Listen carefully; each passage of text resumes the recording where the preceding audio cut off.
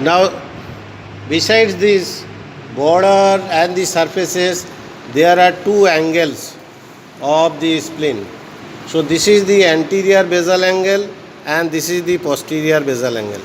Anterior basal angle is situated or located at the junction of the upper border and the lateral end. So this is the anterior basal angle, and this is the posterior basal angle, which is at the junction of the inferior border and the lateral end. So this is the posterior basal angle and this is the anterior basal angle. The anterior basal angle is the most forward projecting part of the spleen, and it is situated slightly behind the mid-axillary line, left mid-axillary line.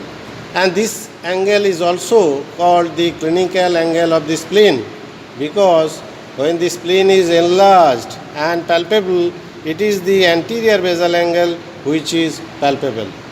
And when the spleen is enlarged more than 2.5 times, then this clinical angle or the anterior basal angle is palpable. Now, what you will read about the spleen besides these presenting parts and the general relation and the peritoneal relation, most important is the attachment of the ligament. This is a very important question for your theory exam. The gastrosplenic ligament and the linorenal ligament. So ligaments and the linophrenic ligament, which is the upward continuation of the linorenal ligament, and another ligament is there, that is the phrenicocholic ligament, which is not a direct ligament of the spleen, but it passes below the lateral end of the spleen and it is attached from the left colic flexure up to the undersurface of the diaphragm.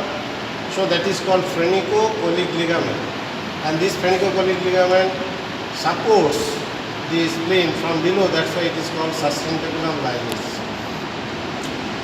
Now, what you will read about the spleen besides this gross anatomy, the microscopic features, the development, the arterial supply, the venous drainage, the lymphatic drainage, the development of the spleen, and the applied aspects.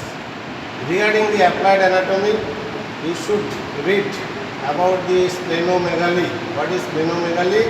Enlargement of the spleen is called splenomegaly.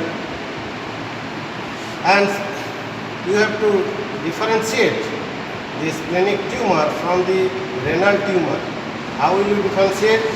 When the spleen is enlarged, then it will displace the left colic flexure, so that when you will percuss over the swelling, it will not be resonant. But in case of any renal tumor or renal enlargement, if you percuss, it will be tympanitic due to presence of the colon.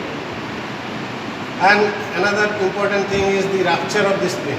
Although spleen is protected in the left hypochondrium and epigastrium by the diaphragm and the ribs and the intercostal spaces, but sometimes the spleen may rupture, and in that case, the rupture of the spleen, if there is collection of blood in the left hypochondrium, then there may be irritation of the left phrenic nerve and the person will complain of pain in the left shoulder joint. That is called the curse sign. And another important thing is splenectomy, that is removal of the spleen. Removal of the spleen is usually done in some cases.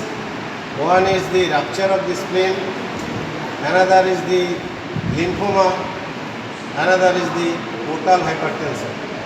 In portal hypertension, sometimes spleen is removed and the splenic vein is anastomosed with the left renal vein. So splenorenal shunt or the linorenal shunt is sometimes done.